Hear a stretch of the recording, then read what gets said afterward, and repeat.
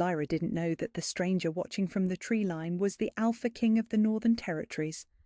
She didn't know that he had been searching for his fated mate for over 2 centuries, and she certainly didn't know that the blood trickling down her sword arm would call to something ancient and desperate in his soul the moment the wind carried her scent to him. All she knew was that 3 rogue shifters lay dead at her feet, and her village was safe for another night. The last attacker had been faster than the others, stronger. His claws had found their mark along her forearm before her blade found his heart. The wound burned like silver fire, but she had felt worse, much worse. She wiped her sword clean on the dead rogue's shirt and sheathed it with practiced efficiency. Impressive. The voice came from behind her, low and rich like aged whiskey. Lyra spun, her hand already moving to her blade. A man stepped from the shadows of the oak trees, and something in her chest pulled tight. He was tall, broader than any man had a right to be, with dark hair that caught the moonlight and eyes that seemed to hold storms. Dangerous. Everything about him screamed dangerous. "Who are you?" Her voice came out steady, despite the strange flutter in her pulse. "How long have you been watching?" "Long enough." He moved closer, and she caught his scent on the night air, pine and winter rain, and something indefinably wild that made her wolf stir restlessly beneath her skin. "Long enough to see that you didn't need my help." "Good." She straightened, ignoring the way her wounded arm throbbed. "Because I don't need saving." The stranger's mouth curved in what might have been a smile. "I know." His gaze travelled over the 3 bodies scattered around her feet, then back to her face with something that looked almost like pride. "I'm staying anyway." The words hit her like a physical thing, settling somewhere behind her sternum where her heart hammered against her ribs. She should tell him to leave, should demand answers about who he was and why he'd been lurking in her forest. Instead, she found herself studying the strong line of his jaw, the way the moonlight turned his eyes silver. "You're bleeding." He took another step closer, and heat shot up her arm, where his gaze lingered on her wound. Not the heat of infection or fever, but something else entirely, something that made her breath catch. "I've had worse." "I'm sure you have." There was something in his tone that made her look at him sharply, something that spoke of understanding, of recognition, as if he could see the scars that marked more than just her skin. "But you shouldn't have to tend this alone." Every instinct she had developed over 23 years of survival screamed at her to run. Men who appeared from shadows were trouble. Men who looked at her like she was something precious were worse than trouble. They were dangerous in ways that had nothing to do with claws or fangs. But when he extended his hand toward her wounded arm, she found herself holding still. "May I?" The question surprised her. Most men took what they wanted. This one asked permission like her answer mattered, like she had a choice. She nodded once, sharp and quick. His fingers were warm against her skin as he gently took her arm in his hands. The moment his flesh touched hers, golden fire raced through her veins. Her wolf rose to the surface with a keening whine that had nothing to do with pain and everything to do with recognition. "Mate!" The word whispered through her mind like a prayer and a curse all at once. She jerked back, but his grip was gentle iron, holding her steady. "Easy." His voice was softer now, rough velvet that made something deep in her chest ache. "I'm not going to hurt you." Power flowed from his hands into her torn flesh. Not the simple healing magic some wolves possessed, but something deeper, ancient, the kind of power that spoke of bloodlines older than memory and strength that could level mountains. Her wound closed beneath his touch, the skin knitting together as if it had never been broken. But the heat remained, spreading up her arm and settling in her chest like a second heartbeat. "What are you?" The question escaped before she could stop it. "Someone who has been looking for you for a very long time." His thumb traced over the place where her wound had been, and she shivered despite the warmth of the night. "What's your name?" She should lie, should give him some false name and disappear into the forest before whatever this was between them could take root. Instead, she heard herself whisper, "Lyra, Lyra." He said her name like it was something sacred, something he'd been waiting centuries to speak. "I'm Kane. Just Kane, not a title or a pack name or any of the things that usually followed introductions in their world, but something about the way he said it made her think it was the most honest thing anyone had ever told her. "Thank you," she said finally, pulling her arm from his grasp. The absence of his touch left her feeling strangely cold. "For the healing." "You're welcome."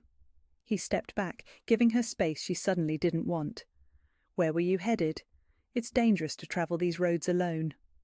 A laugh escaped her, sharp and bitter. "I think I've proven I can handle myself. Against 3 rogues, yes." His eyes never left her face. "But there are worse things than rogues in these woods, things that hunt in larger packs." She knew he was right, had known it when she'd set out from the village that morning with nothing but her sword and the clothes on her back, but she'd had no choice. The message that had arrived 3 days ago had been clear enough. Present yourself before the Council of Alphas within the fortnight, or face the consequences. She'd rather face 100 rogues than grovel before the council, but the village couldn't afford to harbour a fugitive indefinitely. "I can take care of myself," she said again, but the words felt hollow even to her own ears. "I know you can."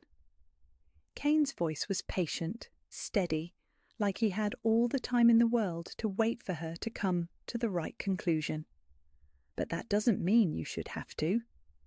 Something in her chest cracked at those words.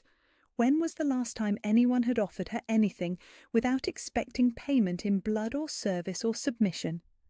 When was the last time someone had looked at her and seen anything other than a weapon to be wielded or a problem to be solved? "I don't even know you." "No," he agreed, "but I know enough." "Such as?" "You're brave." His gaze travelled over her again, taking in the dirt on her clothes, the calluses on her sword hand, the way she stood ready to fight or flee at a moment's notice. "You're strong. You protect those who can't protect themselves." He paused, and when he spoke again his voice was softer. "And you've been alone for far too long." The truth of it hit her like a blade between the ribs. She had been alone, had been running and fighting and surviving on her own for so long that she'd forgotten what it felt like to have someone stand beside her instead of behind her or in front of her. "Where are you going?" she asked, instead of addressing the ache his words had opened in her chest. "North, to the capital." He tilted his head, studying her with those storm-coloured eyes. "Same as you, unless I miss my guess." Her silence was answer enough. "Then we travel together." It wasn't a question, but it wasn't quite a command either. Something in between that left the choice in her hands.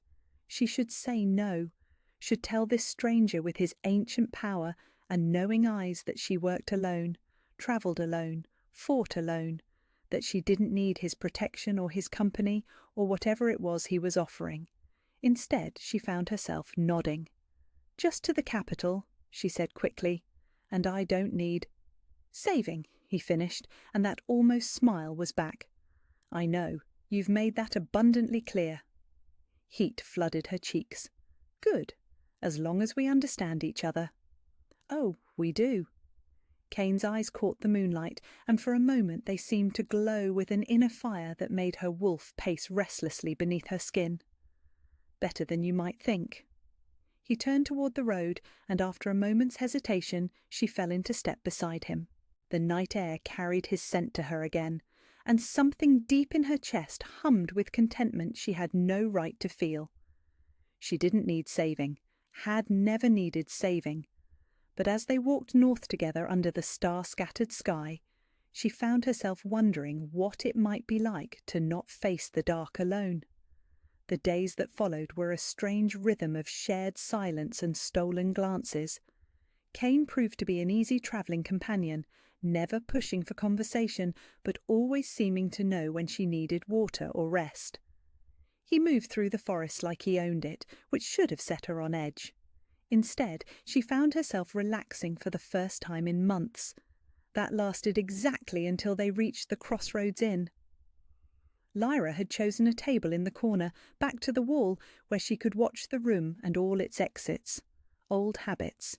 Kane had gone to secure rooms for the night, and she was nursing a cup of bitter ale when the conversation at the next table filtered through her awareness. "Did you see who just walked in?" The woman's voice was pitched low, but wolves had excellent hearing. "I thought he was just a story the pups told." "That's him all right." Her companion's voice held the kind of reverence usually reserved for gods or natural disasters. "The Alpha King himself. What do you think he's doing this far south?" Lyra's cup froze halfway to her lips. "Probably hunting. They say he's been searching for something. Someone." The first woman's voice dropped to a whisper. "My cousin works in the capital, says he's rejected every match the council's put before him. Powerful families, beautiful daughters, political alliances, all of them. Maybe he's already found what he's looking for." The words hit Lyra like cold water. She set her cup down carefully, her hand not quite steady, and looked across the room to where Kane stood speaking with the innkeeper. He moved with the same easy confidence he'd shown on the road, but now she could see what she'd missed before. The way every person in the room was acutely aware of his presence, without daring to look directly at him. The careful space they maintained around him, the way conversations died when he passed, the Alpha King. Her travelling companion for the past 3 days was the most powerful shifter in the Northern Territories, the man whose council summons had forced her from her village, the man she was supposed to present herself before in judgment. Heat flooded her face, followed immediately by ice-cold fury. He'd lied to her, let her think he was just some powerful shifter passing through, when he was the one person in the world she couldn't afford to trust. Kane turned from the innkeeper and caught her stare. Something in her expression must have warned him, because his easy smile faded. He crossed the room toward her table, and she watched every head turn to follow his progress. "Lyra." His voice was careful, controlled.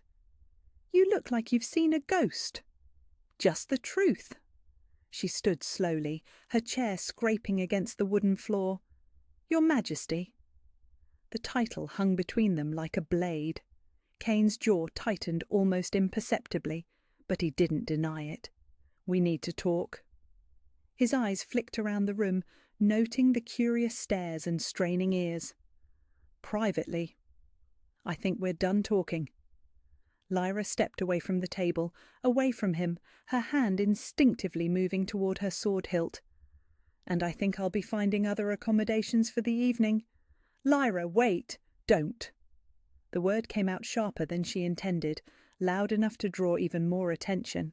She lowered her voice to a hiss. "Don't you dare!" She pushed past him toward the door, but his hand caught her wrist. Not hard, never hard, but firm enough to stop her flight. "Please." The word was quiet, rough around the edges. "Let me explain." Something in his tone made her pause, not the command of a king, but the request of a man who knew he'd made a mistake. She looked down at his fingers wrapped around her wrist, then back up to his face. 5 minutes, she pulled free of his grip. "Then I'm gone." He nodded and gestured toward the stairs leading to the inn's upper floor. Lyra followed him, acutely aware of every eye tracking their movement, every whispered speculation that would follow. Kane led her to a room at the end of the hall and closed the door behind them. The space was small, dominated by a single bed and a washstand, but it felt enormous with the tension crackling between them. "How long have you known?" Lyra asked without preamble. "Known what?" "Don't!" Her voice was deadly quiet. "Don't lie to me again. How long have you known who I am?" Kane was silent for a long moment, his hands clenched at his sides. When he finally spoke, his voice was barely above a whisper. "Since the moment I scented you in that clearing." "The council summons." It wasn't a question. Yes? You knew I was running from your own decree, and you said nothing. The betrayal cut deeper than it should have. She'd known him for 3 days. 3 days shouldn't be enough to build trust that could shatter this completely. I knew you were afraid. His eyes found hers, and she saw something raw there, something that looked like pain. I knew you were alone, and I knew that if I told you who I was, you'd run. So you lied. I admitted the truth. There's a difference. Lyra laughed, but there was no humour in the sound. Is there? Because from where I'm standing, it feels exactly the same. You're right. The admission seemed to cost him something. You're absolutely right to be angry, but Lyra, if you'll just listen— To what? To how you've been hunting me? To how this whole thing was some elaborate game? Her voice cracked, and she hated herself for it. To how I was stupid enough to trust— It wasn't a game. Kane stepped closer, and she saw something desperate flicker across his features. None of this was a game. Yes, I knew about the summons. Yes, I knew you were the one who'd been evading the council for months, but I didn't know— He stopped, ran a hand through his dark hair. I didn't know it would be you. What's that supposed to mean? You're my mate. The words hung in the air between them like a sword suspended by spider silk. Lyra felt her world tilt sideways, everything she thought she knew rearranging itself around this new, impossible truth. That's impossible. Is it? His voice was soft, patient, like he was gentling a spooked horse. You felt it too, didn't you? In the clearing when I healed your arm, that pull, that recognition. She had felt it, was still feeling it, even now with anger burning through her veins. That golden thread that seemed to connect them, that sense of rightness that made no logical sense. The council summons, she said slowly. It wasn't about judgment, was it? Kane's silence was answer enough. You've been looking for me. Another piece clicked into place. Not as a criminal, as your mate. For over 200 years, he admitted. I'd given up hope, started to believe the stories about cursed bloodlines and mates lost to time. And then, 3 days ago, I caught your scent on the wind, and everything changed. So what was the plan? Bitterness crept into her voice. Trick me into coming back with you? Present me to the council as your convenient solution to the succession crisis? No. The word was immediate, fierce. Never. What happens between us is our choice, Lyra, yours and mine. The council doesn't get a say in it. I'm wanted for questioning by your council. How exactly does that work? Kane was quiet for a long moment. When he spoke again, his voice held a weight that made her think of mountains and storms and things that had endured for millennia. 23 years ago, there was a rebellion in the Eastern Territories. A young female challenged her alpha father's right to sacrifice pack members for political gain. His eyes never left her face. She gathered others who'd been cast aside, the broken and the forgotten, and gave them something to fight for. For 6 months they held territory against impossible odds. Lyra's blood went cold. How do you know about that? Because I've been watching. Because I've been hoping. Because when that rebellion was crushed and its leader disappeared, I made it my business to know everything about her. He stepped closer, close enough that she could feel the heat radiating from his skin. You saved 43 lives that winter, Lyra. Got them out when you realised the fight was lost. You could have kept running then, could have disappeared completely. Instead, you've spent the last 5 years helping villages defend themselves against rogues and raiders. That doesn't change what I did. The laws I broke. The laws that said pack members were property to be bartered and sold. The laws that allowed alphas to send children to die for political convenience. Kane's voice held an edge of steel. Those weren't laws, Lyra. They were chains, and you broke them because they needed breaking. Something in her chest cracked at the absolute conviction in his voice. No one had ever defended her choices before. No one had ever looked at her rebellion and seen justice instead of treason. The council won't see it that way. Then the council will answer to me. The temperature in the room seemed to drop several degrees. "You're under my protection now. Anyone who wants to harm you will have to go through me first. I don't need saving," he finished, and that almost smile was back. "You've mentioned that several times, but that doesn't mean I can't stand beside you when you face them." "Why?" The question escaped before she could stop it. "Why would you do that? You barely know me." "Because you're brave." His hand lifted toward her face, stopping just short of touching. "Because you're strong. Because you see injustice and you fight it, even when it costs you everything." His voice dropped to a whisper. "Because you're everything I didn't know I was looking for." "Kane." She didn't know what she was going to say, didn't know if she was going to thank him or curse him or demand he leave her to face this alone. The decision was made for her when the window exploded inward. Glass and wood splinters filled the air as 3 figures in dark clothes rolled through the opening. Assassins, professional ones, judging by the way they moved and the silver-edged weapons in their hands. Lyra's sword was in her hand before the first one's feet hit the floor. She caught his blade on her crossguard and drove her knee into his solar plexus hard enough to lift him off his feet. Behind her, she heard Kane's low growl and the wet sound of claws meeting flesh. The second assassin came at her from the left, silver knife aimed at her heart. She twisted away from the thrust and brought her sword around in a vicious arc that opened him from ribs to spine. He dropped, gurgling, and she was already turning toward the third. Kane had him pinned against the far wall, one massive hand wrapped around the assassin's throat. The man's feet dangled 6 inches off the floor, and his eyes were wide with the kind of terror that came from realizing you'd made a fatal mistake. "Who sent you?" Kane's voice was nothing human, all predator and barely leashed violence. The assassin's mouth opened and closed like a fish, but no sound came out. Kane's grip tightened fractionally, and bones creaked. "I'll ask once more. Who sent you?" "Council," the man wheezed. "Council wants her taken alive." Kane's eyes blazed with inner fire. "And if she resists?" Bring what's left." The sound Kane made was nothing that should have come from a human throat. Lyra watched the life leave the assassin's eyes, watched Kane drop the body like discarded trash. "Well," she said into the sudden silence, "I suppose that answers that."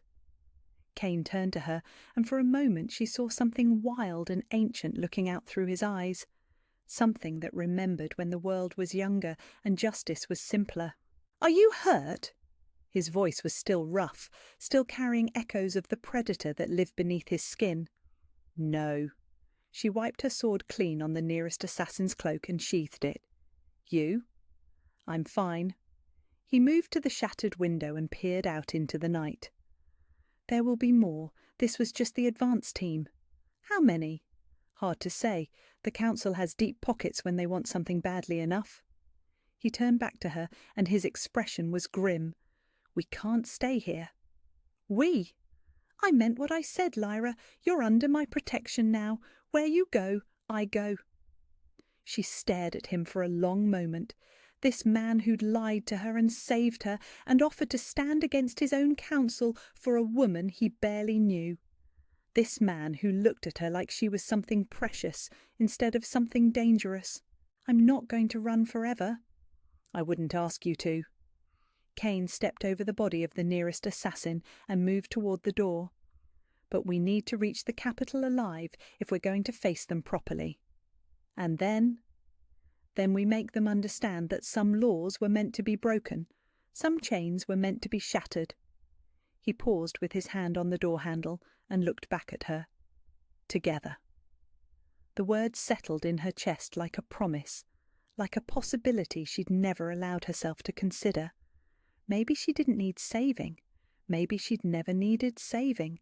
But standing beside someone who respected her strength instead of trying to diminish it, someone who offered alliance instead of rescue, that was something else entirely. "Together," she agreed, and followed him out into the night. The capital city rose from the northern plains like something out of legend, all gleaming white stone and soaring towers that seemed to pierce the sky itself. Lyra had heard stories of Whitehaven's grandeur, but seeing it with her own eyes left her breathless and more than a little overwhelmed. "Impressive, isn't it?" Kane's voice held a note of something that might have been pride or resignation.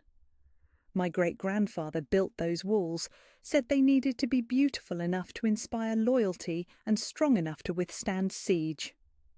"Did it work? The loyalty or the sieges?" "Both." Kane's mouth quirked in a smile that didn't quite reach his eyes. "We'll find out soon enough." They'd travelled hard for 2 days after the inn, taking back roads and game trails to avoid any more council assassins. Kane had shed his casual travelling clothes for the formal blacks and deep blues of his station, and even Lyra had to admit he looked every inch the king he was.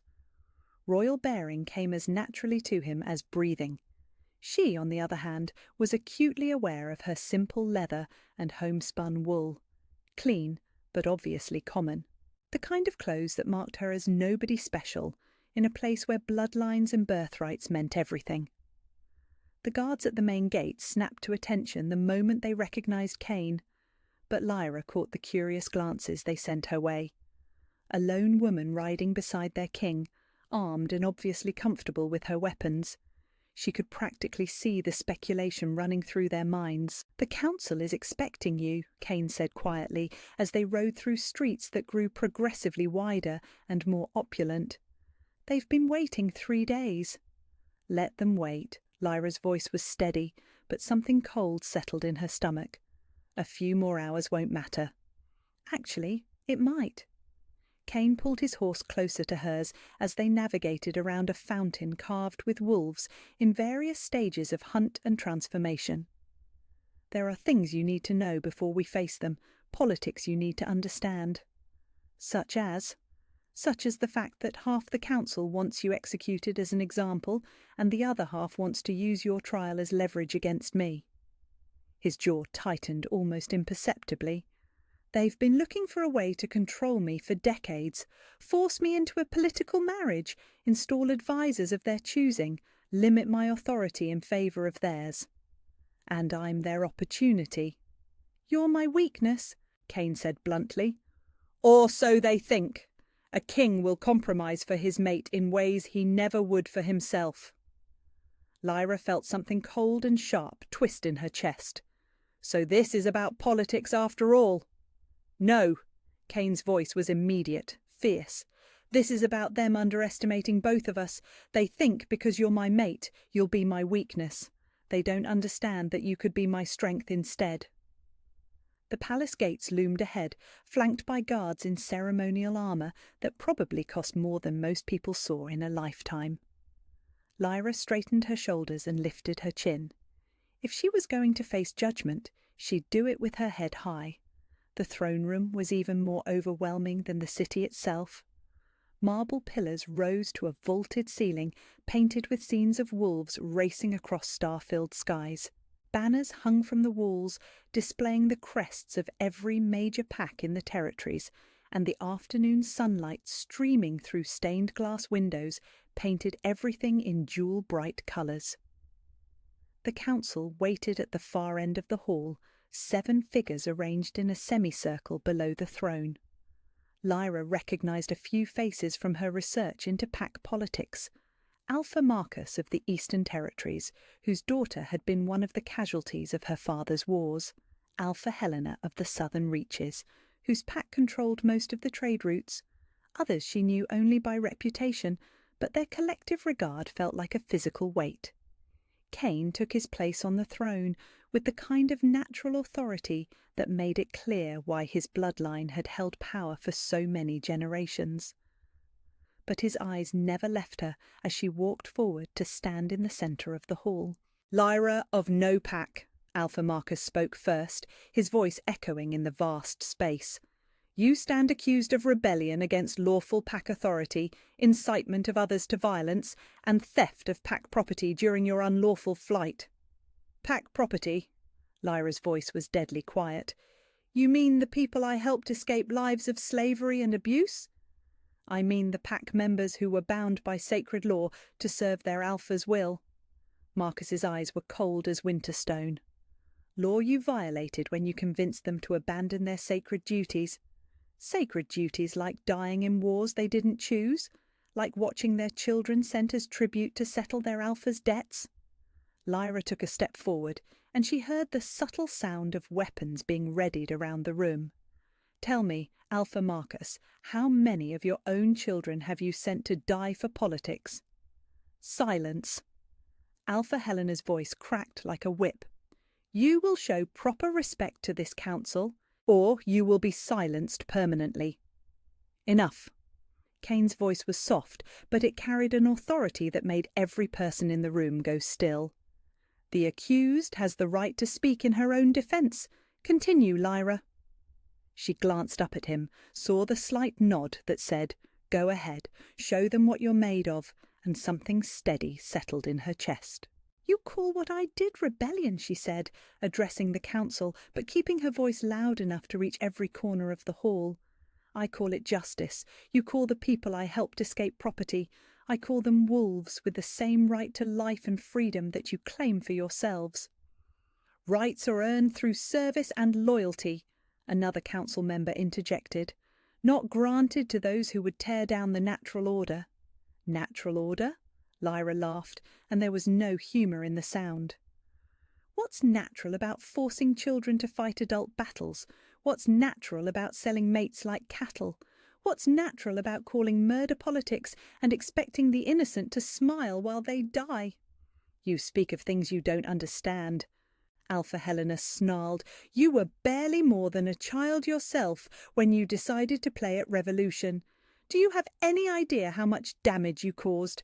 How many pack alliances were shattered because of your interference?" "Yes." Lyra's voice was steady, sure. "I know exactly what I destroyed, and I know exactly what I saved. 43 lives, 43 people who are alive today because someone finally said enough. Lives that belong to their packs by right of birth and law. Lives that belong to themselves by right of existing."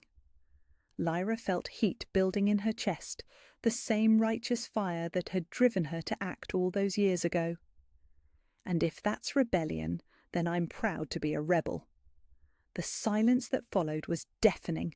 Lyra could feel the weight of every stare, could practically taste the shock and anger radiating from the council. She'd crossed a line, she knew, probably signed her own death warrant with those words. She didn't care. "The accused shows no remorse," Alpha Marcus said finally. "No recognition of the gravity of her crimes. I call for immediate execution as an example to any others who might—" His words were cut off by the sound of steel being drawn, not from the guards, but from Kane himself. The blade that appeared in the Alpha King's hand was ancient, inscribed with runes that seemed to glow with their own light.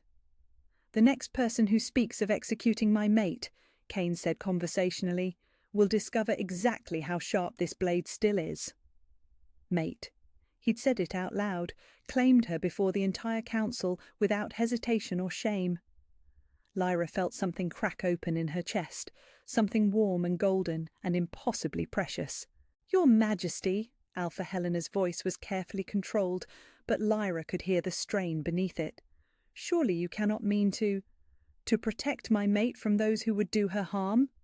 Kane's smile was all teeth and promise of violence. "I absolutely mean to. The question is whether you mean to try and stop me. She's a criminal. She's a hero." Kane descended from the throne, blade still naked in his hand. "She stood against injustice when no one else would. She saved lives that your precious laws would have wasted. She did what I should have done years ago." "You cannot simply ignore centuries of law and tradition for—" "For what? For justice? For protecting the innocent?" Kane's voice dropped to something dangerous. "Watch me!" It was Alpha Marcus who broke first.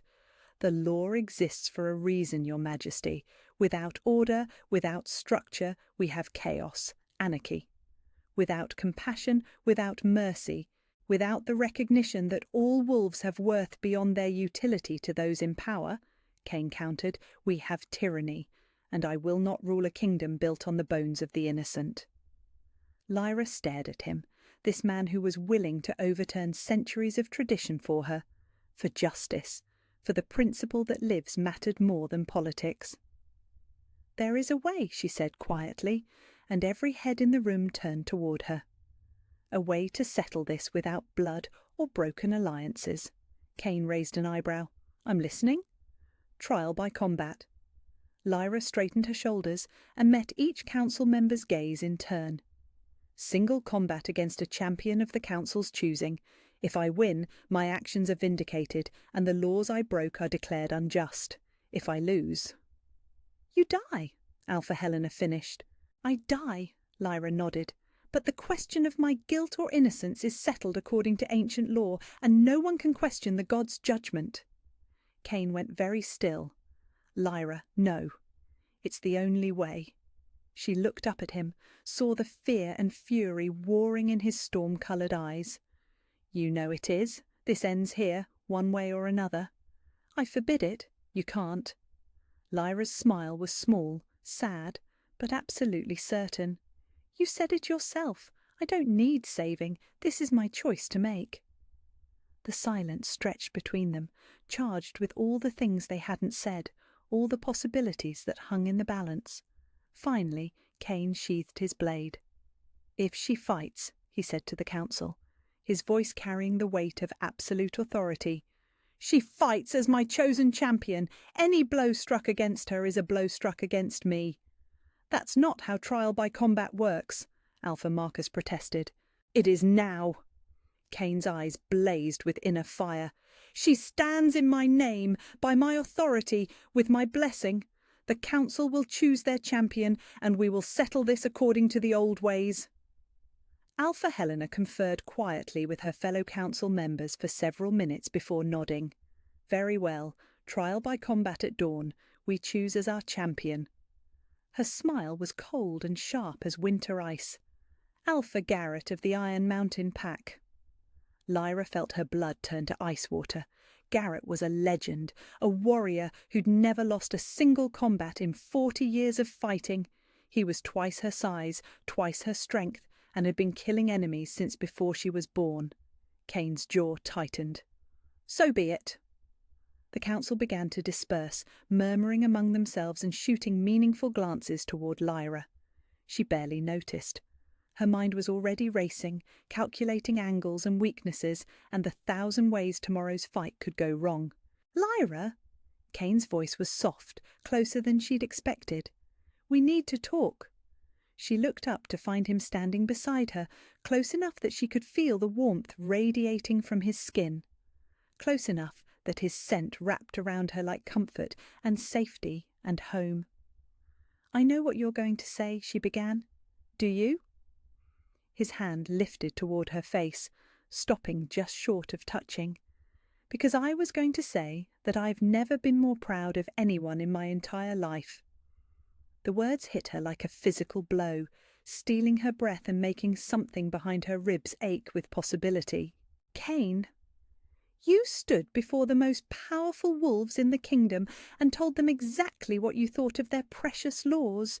You offered to risk your life rather than let others fight your battles." His thumb traced along her cheekbone, feather-light and achingly tender. "You are magnificent. I might die tomorrow. You might." His voice was steady, but she could see the pain in his eyes. "But if you do, it will be on your feet, fighting for what you believe in. There are worse ways to go. Is that supposed to comfort me?" "No." Kane's smile was small and sad and absolutely genuine. "This is." His lips met hers, soft and careful, like she was something precious that might break if handled roughly. The kiss tasted of promise and possibility and all the words they hadn't had time to say. When they broke apart, Lyra felt steadier than she had since walking into this room. "Whatever happens tomorrow," Kane whispered against her forehead, "you won't face it alone." "I know," and she did. For the first time in 5 years, she knew with absolute certainty that someone would stand beside her when the darkness came. "I'm not afraid anymore." It was a lie. She was terrified, but she was also ready. Dawn came too soon and not soon enough. Lyra had spent the night in Kane's private chambers, not sleeping, but not exactly awake either. She'd moved through the familiar ritual of checking her weapons, stretching muscles that would need to be loose and ready, and trying not to think about the fact that she might die before the sun reached its zenith. Kane had been a steady presence beside her, never pushing for conversation but always there if she needed him. He'd helped her adjust the straps on her leather armour, his fingers sure and careful as they worked the buckles. He'd sharpened her sword with a whetstone that had probably seen more royal blood than most battlefields. He'd simply existed in her space, solid and warm and undemanding. Now, standing at the edge of the combat circle that had been marked out in the palace's great courtyard, Lyra felt strangely calm. Alpha Garrett stood opposite her, and she had to crane her neck to meet his eyes. He was everything the stories said and worse. 7 feet of scarred muscle and casual violence, with hands that looked like they could snap her spine without effort. His weapon of choice was a warhammer that probably weighed as much as she did, its head stained dark with the blood of previous victories. "Last chance to yield, little wolf," Garrett called across the circle. His voice was like gravel grinding against stone.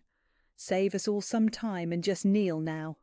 "I don't kneel," Lyra replied, loud enough for her voice to carry to the assembled crowd, to anyone. Garrett's laugh was genuinely amused. "We'll see about that." The council sat in a raised pavilion overlooking the combat ground, their faces carefully neutral, but their anticipation obvious. Kane stood apart from them, closer to the circle's edge, and Lyra could feel his tension like a living thing. She knew he was fighting every instinct that told him to intervene, to protect his mate from harm. She loved him for restraining himself, for trusting her to handle this on her own terms. "The combat begins at the sound of the horn," Alpha Marcus announced. "It ends when one combatant yields, is unable to continue, or dies. The gods will judge who speaks truth through strength of arms." Lyra drew her sword, the familiar weight of it settling perfectly into her grip. Across the circle, Garrett hefted his warhammer like it was made of paper instead of iron and oak.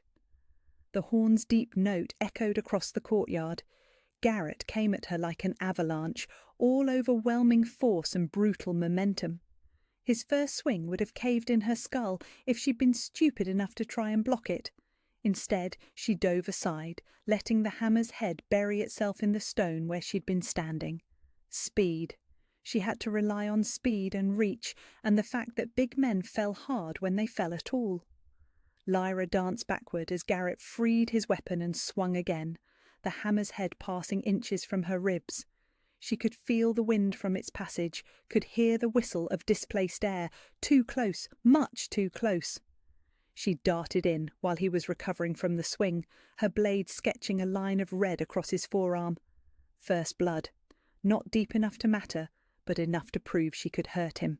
Garrett barely glanced at the wound. "Pretty trick. Let's see how you like mine." He feinted left and came in right, faster than a man his size had any right to be. Lyra tried to dodge, but the hammer's handle caught her across the ribs and sent her sprawling. Pain exploded through her side as she rolled to avoid the follow-up strike that shattered stone where her head had been. She came up gasping, tasting copper where she'd bitten her tongue. Her ribs screamed with every breath, and she was fairly certain at least 2 of them were cracked. But she was alive, she was standing, and she was far from done. "Getting tired already?" Garrett taunted, circling her like a wolf stalking wounded prey. "This is disappointing. I expected more from the Alpha King's whore."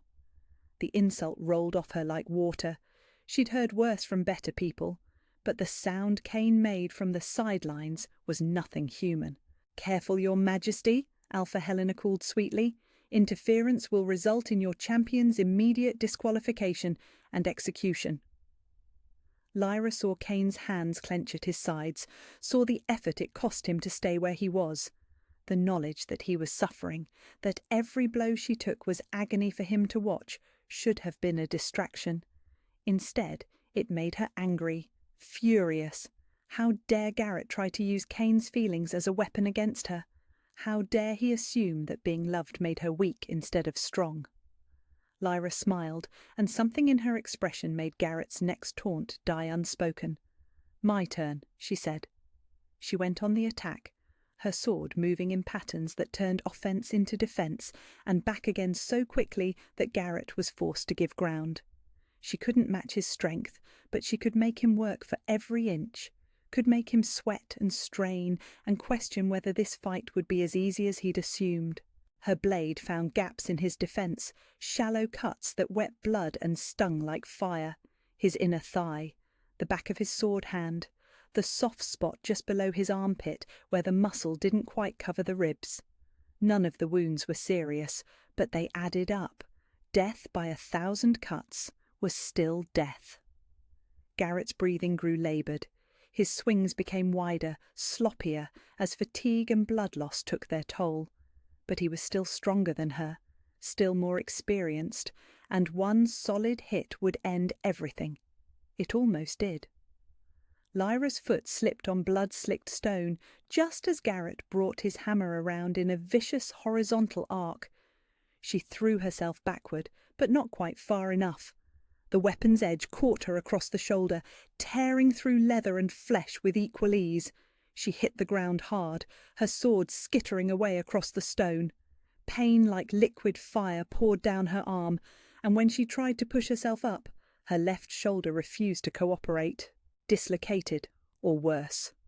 "And that's the end of that," Garrett panted, raising his hammer high above his head. "Any last words, little wolf?" Lyra looked up at him, this mountain of a man about to crush her into paste, and felt something strange settle in her chest. Not fear, not despair. Peace. She'd fought well. She'd proved her point, made her stand, shown the council and everyone watching that some principles were worth dying for. If this was how it ended, at least it would end with her on her feet, metaphorically speaking. "I regret nothing," she said clearly, "and I'd do it all again." Garrett's smile was genuinely respectful.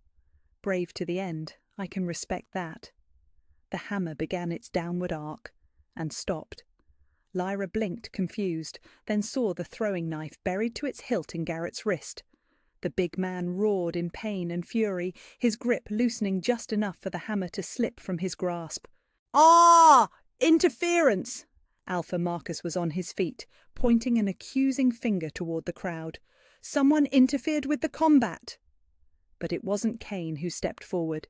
It was a slight figure in a hooded cloak, moving with the fluid grace of someone comfortable with violence. "Actually," the newcomer said, pulling back her hood to reveal silver hair and scars that spoke of hard living, "I'm here as a witness." Lyra's heart stopped. She knew that voice, knew that face, though it was older now, more weathered than it had been 5 years ago. "Elena?" she whispered. Her sister smiled. "Hello, Lyra. Did you really think I'd missed this?" "This is highly irregular," Alpha Helena snapped. "The combat was nearly concluded." "The combat was about to become murder," Elena replied calmly. She reached into her cloak and produced a scroll sealed with wax and ribbon. "I bring evidence that changes the nature of this trial entirely." Kane appeared beside Lyra so quickly she didn't see him move, his hands gentle but sure as he helped her sit up. His eyes never left Elena, but his voice was soft when he spoke. "Can you stand?" "I think so." Lyra accepted his help getting to her feet, though her shoulder screamed in protest. "What evidence?" Elena smiled and broke the seal on the scroll. "Signed confessions from 3 former Pack Alphas admitting to crimes against their own members. Testimony from 47 witnesses to illegal trafficking of minors, and a full accounting of the bribes paid to council members to keep these activities hidden." The silence that followed was deafening. "Furthermore," Elena continued, her voice carrying easily across the courtyard, "I present evidence that the so-called rebellion my sister led was not only justified, but requested. The pack members she helped escape had formally petitioned for aid through proper channels. channels that were ignored because certain council members were profiting from the very abuses they were supposed to prevent. Alpha Marcus had gone white as snow. "This is preposterous. We never received any—" "Oh, but you did." Eleanor's smile was sharp as winter ice. "I have the receipts, quite literally, including the payments you received to ensure those petitions never saw daylight. Where did you get this?" Alpha Helena's voice was deadly quiet. 5 years, Elena said simply. 5 years of following paper trails and gathering evidence and waiting for the right moment to reveal the truth. 5 years of watching my sister carry guilt that was never hers to bear. Her eyes found Lyra's across the space between them. "You saved lives, sister. You did nothing wrong." "The combat," Garrett wheezed from where he knelt, clutching his wounded wrist. "The gods' judgment." "Was interrupted by divine intervention," Kane said smoothly. "Unless you're suggesting the gods don't have the right to present new evidence in their own trial." Lyra stared at her sister, this woman who'd spent 5 years secretly working to clear her name, who'd risked everything to gather proof that the council itself was corrupt. "Elena, how did you—" "Later," Elena said gently. "Right now we have more pressing concerns." She turned back to the council, her expression hardening. "The real question is what happens now to the pack members who were trafficked, to the council members who enabled it, to the system that allowed children to be sold like cattle." Alpha Marcus looked around wildly, seeking support that was clearly not coming. Several other council members had the same pale, trapped look of people who'd been caught in a lie too big to escape. "The evidence will need to be reviewed," Alpha Helena said carefully. "Verified. This could all be an elaborate fabrication." "It could be," Kane agreed, "but we'll know soon enough. I'm calling for a full investigation with independent oversight and complete transparency." His voice carried the weight of absolute authority. "Anyone who has a problem with that is welcome to explain why they're afraid of the truth." Lyra felt something shift in her chest. Some weight she'd been carrying for 5 years finally lifting. She wasn't a criminal, wasn't a rebel who'd destroyed lives for her own selfish ideals. She was exactly what Kane had said she was, a hero. "The trial by combat is ended," Kane announced. "The accused is vindicated by divine providence and new evidence. All charges are dropped."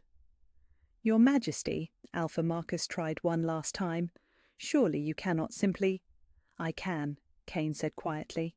"I am. And if anyone here has a problem with justice being served, they're welcome to discuss it with me privately." The threat in those words was unmistakable. The council began to disperse, some quickly, others with the slow reluctance of people who knew their time was running out. Elena approached, her steps careful and measured. When she reached them, she looked between Lyra and Kane with obvious curiosity. "So," she said finally, "I hear congratulations are in order." "Eleanor." "He's good for you," her sister interrupted gently. "I can see it in your eyes. You look settled, happy, like you finally found somewhere you belong." Lyra glanced up at Kane, saw the warmth and pride in his storm-coloured eyes, and felt that golden thread in her chest hum with contentment. "I have," she said simply. "I finally have." Elena smiled. "Good. You deserve happiness, Lyra. You always did." "So do you." Lyra reached out with her good arm and pulled her sister into a fierce hug. "Thank you for everything, for believing in me when I couldn't believe in myself." "Always," Elena whispered. "We're family. That's what family does." Kane cleared his throat gently. "As touching as this reunion is, we should probably get that shoulder looked at before it becomes a permanent problem." Lyra laughed, surprising herself. "You're right, though I have to say, this wasn't exactly how I expected this morning to go." "Better or worse?" Kane asked, offering her his arm for support. Lyra considered this as they walked toward the palace, Elena falling into step beside them.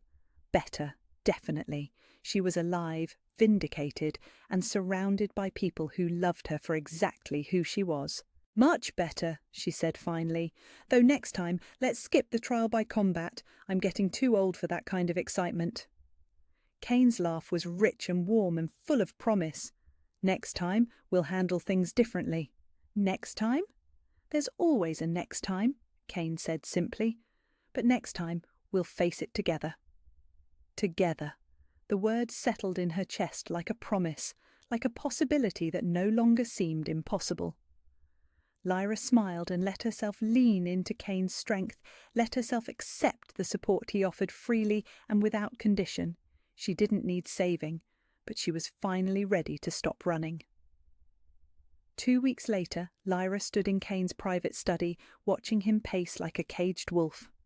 Her shoulder had healed completely, thanks to his careful tending and the palace healer's expertise, but Kane's restless energy seemed to have only intensified since the trial.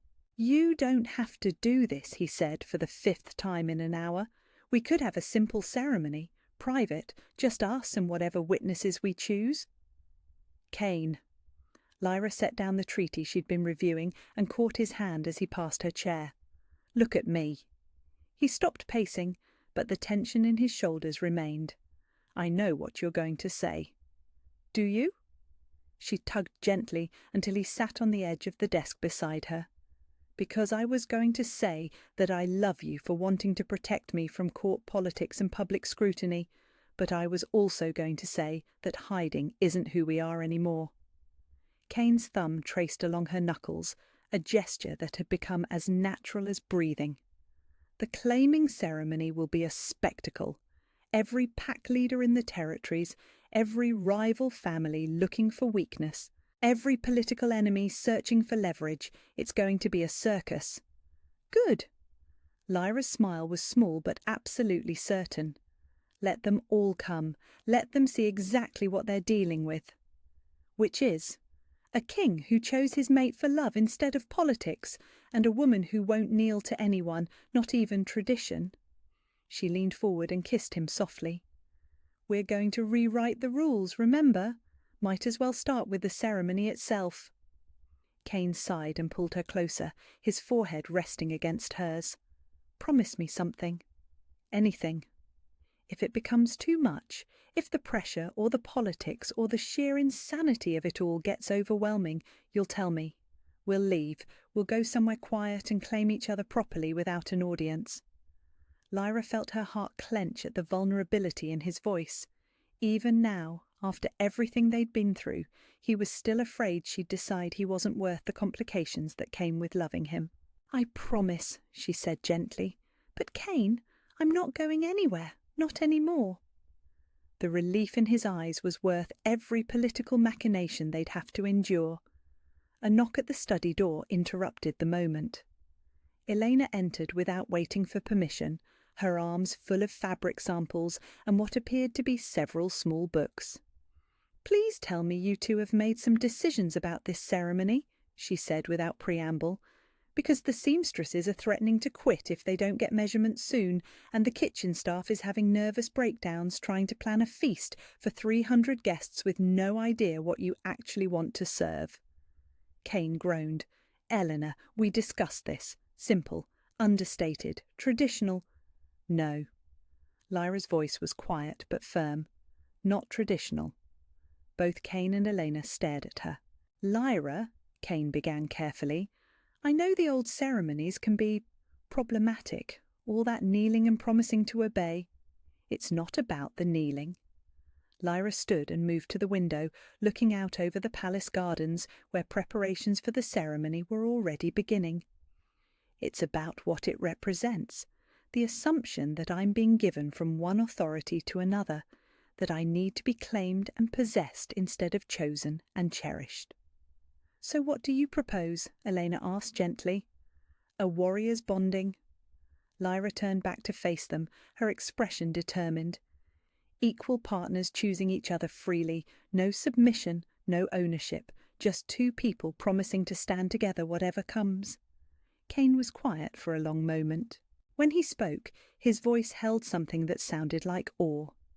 "You want to bond as equals, publicly. I want to bond as partners. I want everyone watching to understand that this isn't a political alliance or a traditional mating. This is a choice we're making because we love each other, respect each other, and work better together than apart. The council will hate it, Elena pointed out. The council can adjust their expectations. Kane's smile was sharp and satisfied. I like it very much. It's never been done before, Elena continued. At least not at a royal ceremony, the logistics alone. Then we'll figure out the logistics. Lyra moved back to Kane's side, and his arm came around her waist automatically. We'll create new traditions, better ones. Eleanor stared at them both for a moment, then burst into laughter. You two are going to turn the supernatural political world upside down, aren't you? That's the plan, Kane said solemnly. Well then. Elena opened one of her books and pulled out a quill. Let's get to work. The next several hours passed in a blur of planning and decision-making that felt more like preparing for battle than for a wedding. They designed a ceremony that honoured the old traditions while firmly establishing new ones. Instead of Lyra kneeling before Kane, they would kneel before each other. Instead of Kane claiming Lyra as his mate, they would claim each other simultaneously. Instead of vows of obedience, they would promise partnership and support. The marking ceremony, Elena said eventually, consulting her notes. That's the part that's going to cause the most controversy. Traditional claiming ceremonies culminated with the dominant partner marking the submissive one, a permanent bite that proclaimed ownership and hierarchy. It was intimate, possessive, and completely one-sided. We mark each other, Lyra said without hesitation. At the same time, equal marks, equal meaning. Kane's eyes darkened. Are you sure? The traditional way assumes one of us is more important than the other. Lyra's voice was steady, certain. I don't accept that assumption. It's going to scandalise half the guests. Good. They need scandalising. Kane laughed, the sound rich and warm and full of promise. Have I mentioned lately that I love you? Not in the last hour or so. I love you. His voice was soft, intimate, despite Elena's presence. I love your strength. I love your stubbornness. I love the way you look at centuries of tradition and say, that's nice, but we're doing this differently. Save some poetry for the actual ceremony, Elena interrupted dryly. Speaking of which, we need to discuss the guest list. The guest list was its own kind of battlefield. Every major pack leader expected an invitation. Several minor ones were demanding them. Foreign dignitaries wanted to attend. Old enemies saw it as an opportunity to assess weaknesses. Old friends wanted to celebrate. Your birth pack sent a formal request, Elena said carefully. They want to attend, to witness your triumph, according to the letter. Lyra felt something cold settle in her stomach. My birth pack cast me out, publicly. They made it clear I was no longer welcome among them. People change their minds when it becomes politically advantageous, Kane said quietly. The question is whether you want to see them. Lyra considered this. 5 years ago, being rejected by her birth pack had felt like the end of the world. She'd defined herself by their approval, their acceptance, their love. The loss of it had nearly destroyed her. Now, sitting in Kane's study with Elena beside her and the future stretching out bright and full of possibility, she realised she didn't care what they thought anymore. Send them an invitation, she said finally. Let them come. Let them see what they gave up when they decided I wasn't worth defending. Elena made a note. Any special requests for seating arrangements? As far from us as possible. Kane squeezed her gently. You don't owe them forgiveness. I'm not forgiving them. Lyra leaned into his warmth. I'm just not letting them have power over me anymore. There's a difference. The ceremony preparations consumed the next week. Lyra found herself measured and fitted and consulted on everything from flower arrangements to menu selections. She met with the palace's head of protocol, who looked increasingly alarmed as each traditional element was modified or discarded entirely. Your Majesty, the woman said desperately during their final meeting. Perhaps we could keep just one traditional element, the processional perhaps, where the bride is escorted by her male relatives to be presented to the groom. "I'm not being presented to anyone," Lyra said patiently. "I'm walking myself down that aisle because I choose to. Kane will meet me halfway because we're equals." "But the symbolism—" "The symbolism is that I belong to myself first, and I'm choosing to share my life with someone who respects that." Lyra's voice was gentle, but absolutely firm. "That's the only symbolism that matters." The night before the ceremony, Kane found Lyra on the balcony outside their shared chambers. She stood at the railing, looking out over the city, and moonlight turned her hair to silver and shadows. "Second thoughts?" he asked softly. "About the ceremony? No." Lyra glanced at him over her shoulder. "About anything else? Also no." Kane moved to stand beside her, close enough that their shoulders brushed. "I keep waiting for this to feel real." "What do you mean?" 2 centuries, Kane said quietly. 200 years of believing I'd never find my mate, never have this kind of partnership, never love someone who saw me as more than a crown or a political alliance. He turned to look at her fully. "And now here you are, stubborn and brilliant and brave enough to rewrite tradition for the sake of love? It feels too good to be true." Lyra reached for his hand, linking their fingers together. "It's real. We're real. And tomorrow we're going to prove it to everyone who's ever doubted that love and respect can coexist with power." "Are you nervous?" "Terrified," Lyra admitted. "But not about us. About them. About whether we can actually change anything, or if we're just putting on a show that people will forget the moment it's convenient." "We won't be just putting on a show." Kane's voice held absolute conviction. "We'll be living it. Every day, every decision, every time someone tries to tell us how kings and queens are supposed to behave. We'll show them that strength shared is stronger than strength hoarded." Lyra felt something settle in her chest, some last vestige of doubt finally quieting. "Together." "Together," Kane agreed. They stood in comfortable silence for a while, watching the city sleep below them. Tomorrow would bring crowds and politics and the weight of tradition pressing against the changes they wanted to make. But tonight it was just them and the promise of a future built on their own terms. "Kane?" Lyra's voice was soft. "Thank you." "For what?" "For seeing me. For wanting me as a partner instead of a possession. For being willing to change the world just because I asked you to." Kane lifted their joined hands and pressed a kiss to her knuckles. "Thank you for letting me stand beside you instead of in front of you. For trusting me with your strength instead of hiding it. For choosing to stay when everything in your past told you to run." "Where else would I go?" Lyra smiled and leaned into his side. "You're home now." "So are you," Kane murmured against her hair. "So are you." 6 months later, Queen Lyra stood at the war room table studying maps that showed trouble brewing on the eastern border. Rogue packs had been testing their defences, probing for weakness, and the reports painted a picture of coordinated aggression that couldn't be ignored much longer. 3 more villages hit in the last week, Kane said, entering the room with a stack of dispatch reports. His crown sat slightly crooked on his dark hair, and ink stained his fingers from hours of correspondence. "They're getting bolder." Lyra traced the pattern of attacks with one finger, her mind already calculating response strategies.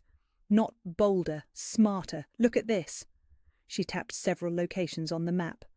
"They're not hitting randomly. They're targeting villages with the youngest populations, places where they can recruit or—" She stopped, her face darkening. "Or where they can take children for trafficking." Kane's voice was flat, dangerous. "Just like the old days." "Exactly like the old days." Lyra straightened, decision crystallizing in her mind. "Which means we handle this exactly like we said we would. Together." Kane moved to stand beside her, studying the map over her shoulder. In the months since their bonding ceremony, they'd fallen into a rhythm of shared leadership that felt as natural as breathing. Where Kane's diplomatic experience could smooth political waters, Lyra's tactical mind could cut through to practical solutions. Where her history with outcasts and rebels gave her insight into unconventional threats, his resources and authority gave them the power to act.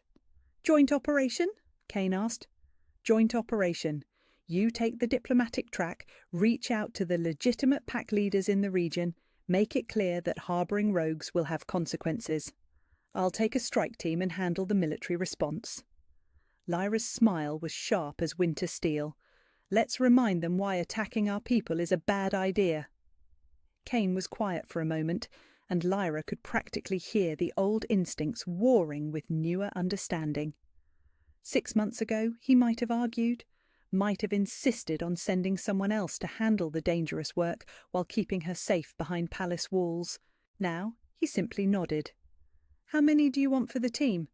20, fast, experienced and willing to take orders from a queen who fights from the front. Lyra glanced at him sideways. "Unless you have objections?" "Only one." Kane's hand found hers, fingers intertwining automatically. "Be careful. Come home to me. Always." The promise was soft, intimate, meant only for him. Then her voice strengthened as she shifted back into queen mode. "Elena will coordinate intelligence from here. The strike will be surgical, precise, in and out before they know what hit them. And if it's a trap, if they're expecting us—" Lyra's smile turned predatory. "Then they're about to learn that expecting something and being prepared for it are two very different things." 3 days later, Lyra crouched in the underbrush at the edge of a rogue camp, watching sentries pace their routes and counting the shadows that moved between crude shelters. Her strike team was positioned around the perimeter, silent as ghosts and twice as deadly. The intelligence had been accurate. 43 rogues, at least a dozen captives, and enough weapons stockpiled to outfit a small army. This wasn't just opportunistic raiding. This was organised rebellion, funded and supplied by someone with deep pockets and deeper grudges. "Teams in position," came the whispered report through her earpiece, "awaiting your signal." Lyra took a breath, felt the familiar calm that came before violence settle in her bones. This was what she was good at, what she'd always been good at. The difference now was that she wasn't fighting alone, wasn't driven by desperation or the need to prove herself. Now she was fighting for something, for the kingdom she and Kane were building together, for the people who depended on them, for the future they'd promised to protect. "Execute," she whispered. The attack was swift, brutal, and precisely controlled. Lyra's team moved like a single organism, each member knowing their role and trusting the others to perform theirs. Sentries dropped silently. Guards found themselves surrounded before they could raise an alarm. The camp's leadership was secured or eliminated before most of the rogues even realized they were under attack. Lyra herself moved through the chaos like a force of nature, her sword finding targets with lethal efficiency. But it wasn't mindless violence. Every strike was calculated, every decision weighed against the mission parameters. Neutralize the threat, protect the innocent, send a message. When the dust settled, 37 rogues were dead or captured, 12 captives were free, and the weapons cache was secured for analysis. More importantly, they'd taken 3 of the camp's leaders alive. Leaders who might have answers about who was funding this operation. "Clean sweep," reported her second-in-command as they prepared for extraction. "No casualties on our side, minimal collateral damage. The captives are shaken but unharmed." "Good." Lyra wiped her blade clean and sheathed it. "Signal extraction. Let's go home." The flight back to the capital gave her time to think, to process what they'd learned and plan next steps. But mostly she found herself looking forward to seeing Kane again, to sharing the victory with him, debriefing over dinner, falling asleep in his arms knowing they'd made their corner of the world a little bit safer. When had she become this person? When had home and partnership and shared purpose become more important than the fierce independence she'd guarded for so long? The answer was simple. When she'd found someone who enhanced her strength instead of diminishing it, someone who saw her capabilities and celebrated them instead of fearing them. Kane was waiting when her transport touched down at the palace. He stood at the edge of the landing pad, hands clasped behind his back, every inch the composed king. But Lyra could see the tension in his shoulders, the way his eyes tracked her movement from aircraft to ground. "Your Majesty," she said formally as she approached, playing to the guards and staff who were watching. "Your Majesty," he replied, equally formal. Then, so quietly only she could hear, "How did it go?" "Successful extraction, multiple prisoners for interrogation, no friendly casualties." She handed him the preliminary report, their fingers brushing for just a moment longer than necessary. "We'll know more after the interrogations, but this was definitely organised, well-funded resistance." Kane nodded, already scanning the report. "Political implications?" "Significant. Someone wanted those captives specifically, not just random victims. And the weapons were military grade, not the kind of thing you pick up from black market dealers." Lyra fell into step beside him as they walked towards the palace.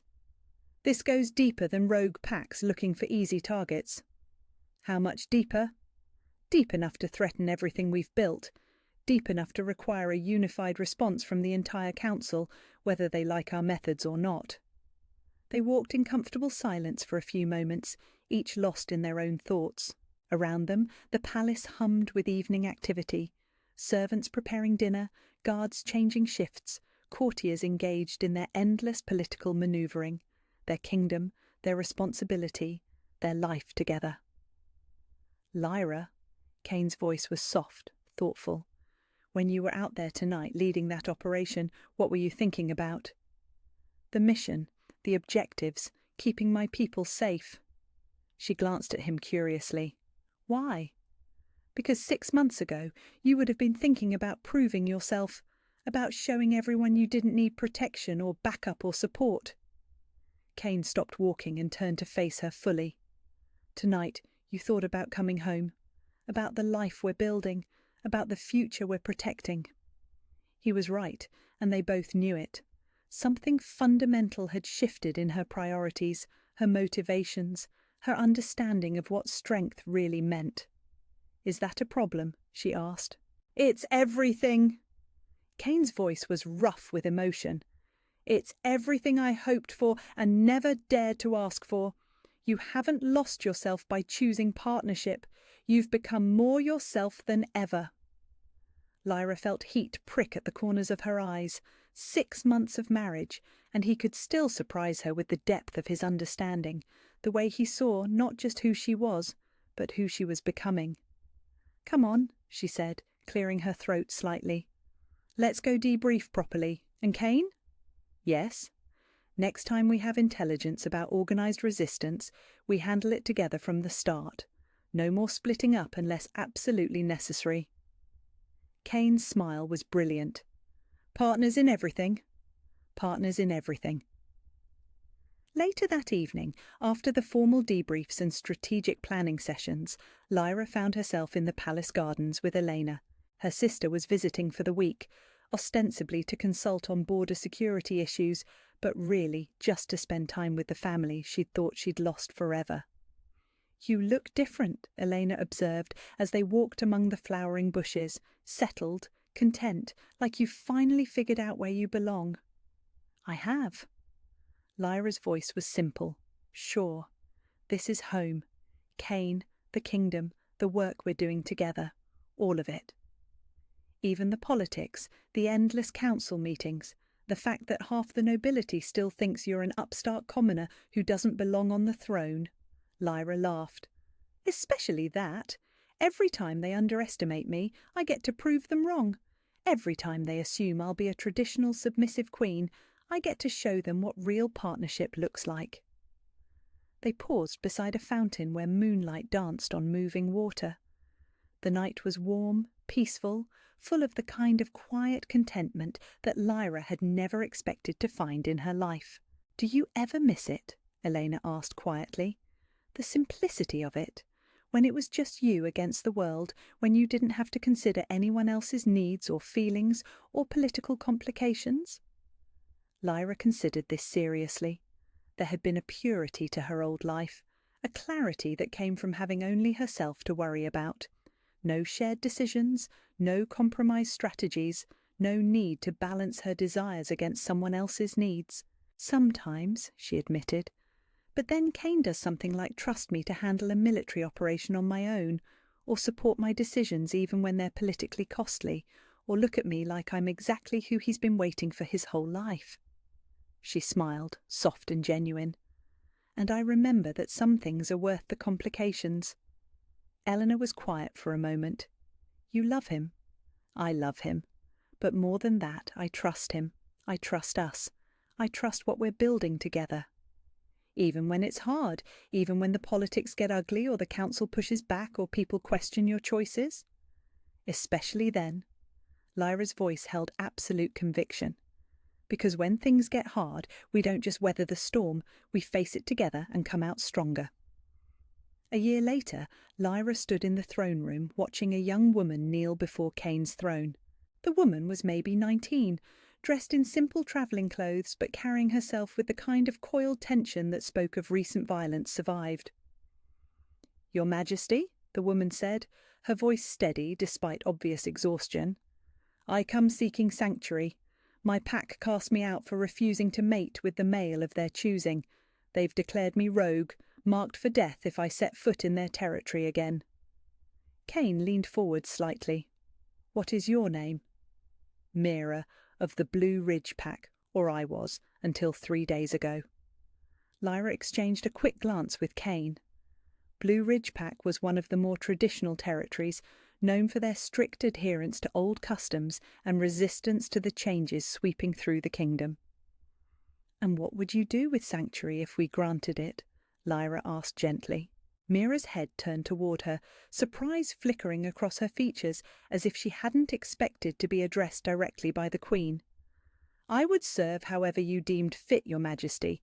I'm trained in combat, in tracking, in survival skills. I just want the chance to choose my own life."